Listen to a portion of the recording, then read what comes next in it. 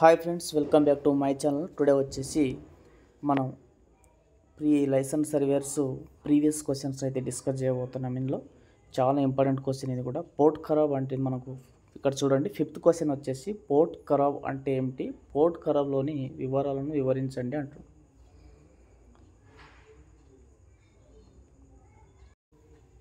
ఇక్కడ చూసుకున్నట్టయితే మనకు సింపుల్గా పోర్ట్ ఖరాబ్ పైన పేర్కొన్న ఇక్కడ ఏంటంటే, ఇక్కడ నుంచి చూసుకున్నాం, సేద్యపు భూమిలో కొంత సేద్యంకు పనికిరాని భూమి ఉండొచ్చు. అలాంటి సమయంలో శిస్తు విధించినప్పుడు అటు పనికిరాని పోర్ట్ ఖరాబ్ని తీసివేస్తూ శిస్తు విధించవాలని. అంటే పోర్ట్ ఖరాబ్ అంటే సింపుల్గా చెప్పాలంటే, వ్యవసాయ భూమిలో కొంత వ్యవసాయానికి పనికిరాని భూమిని మనం పోర్ట్ ఖరాబ్ అంటాం. పోర్ట్ ఖరాబ్ అంటే మనకు ఖుష్కీ ల్యాండ్, నాకు ఇక్కడ తీసుకొచ్చిన డ్రై ల్యాండ్లో వచ్చేసి పోర్ట్ ఖరాబ్ ఏదంటే కాలిబాట, బండిబాట. ఇక్కడ కాలిబాట మనకు చూసుకున్నట్టయితే కాలిబాట, బండిబాట, బావులు, ఇండ్లు, రాళ్ల యొక్క సమూహం, రాక్ ఏరియాస్ కానీ స్థలములు, ప్లేసెస్ అట్లా మొదలగు వాటిని మనం పోర్ట్ ఖరాబ్ కిందికి తీసేయడం జరిగింది. మనకు కాలిబాట, ఫస్ట్ కాలిబాట వచ్చేసి సేద్యపు భూమిలో ఎంత పొడవున ఉంటుందో, మనకు వ్యవసాయ భూమి నుంచి కాలిబాట ఉన్నట్లయితే దాని వెడల్పు గణించి తీసివేయాలను. దీని పొడవు ఇంటూ వెడల్పు తీసి దాని యొక్క ఏరియాని అయితే తీసేయాలంటుండు. మనకు కాలిబాట ఎంత ఉంటుంది పుట్టుపోతా అంటే 4 ఆణాలు 13 మెట్రిక్ లింకులకు సమానం.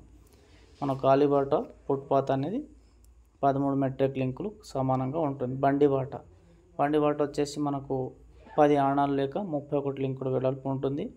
దీనికి కూడా పొడవు ఇంటూ వెడల్పులు గణించి ఆ ఏరియాను తీసేస్తారన్నమాట.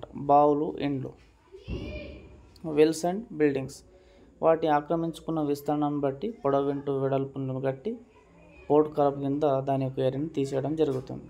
అలాగే రాకీ ఏరియాస్, ఇది కూడా అంతే, ఆక్రమించినటువంటి విస్తీర్ణాన్ని బట్టి పొడవు ఇంటూ వెడల్పు తీసి దాని నుంచి ఆ ఏరియాను అయితే పోర్ట్ ఖరాబ్గా తీసేయడం జరుగుతుంది.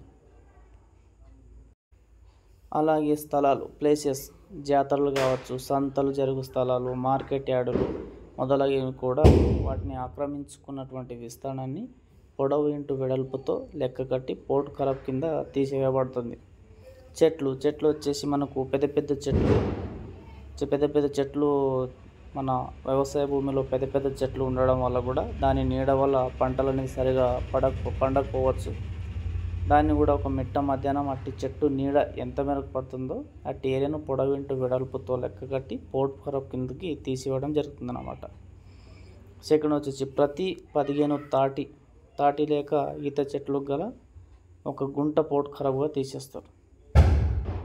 ప్రతి 2 విప్పే చెట్లు, గుల్మోవర్ ఉంటారు కదా, ప్రతి ఒక్క 2 విప్పే చెట్లకు ఒక గుంట పోర్ట్ ఖరాబ్గా తీసేస్తారు. ఇది మన ఖుష్కీలో అన్నమాట, డ్రైలో. నెక్స్ట్ వచ్చేసి వెట్ తరిలో చూసుకున్నట్టయితే 16 గుంటల భూమి నుండి 30 గుంటల భూమి వరకు ఒక గుంట పోర్ట్ ఖరాబ్గా తీసేస్తారు. పొలము గట్లు, రిడ్జెస్ గల విస్తీర్ణం ఉన్నట్లయితే.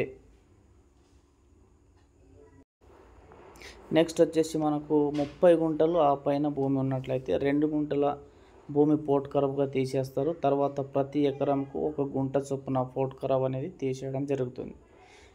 ఇదైతే చాలా ఇంపార్టెంట్ క్వశ్చన్స్. ఖచ్చితంగా ఇది 5 మార్క్స్. మనకు లాస్ట్ టైం అయితే 10 మార్క్స్ అడగడం జరిగింది.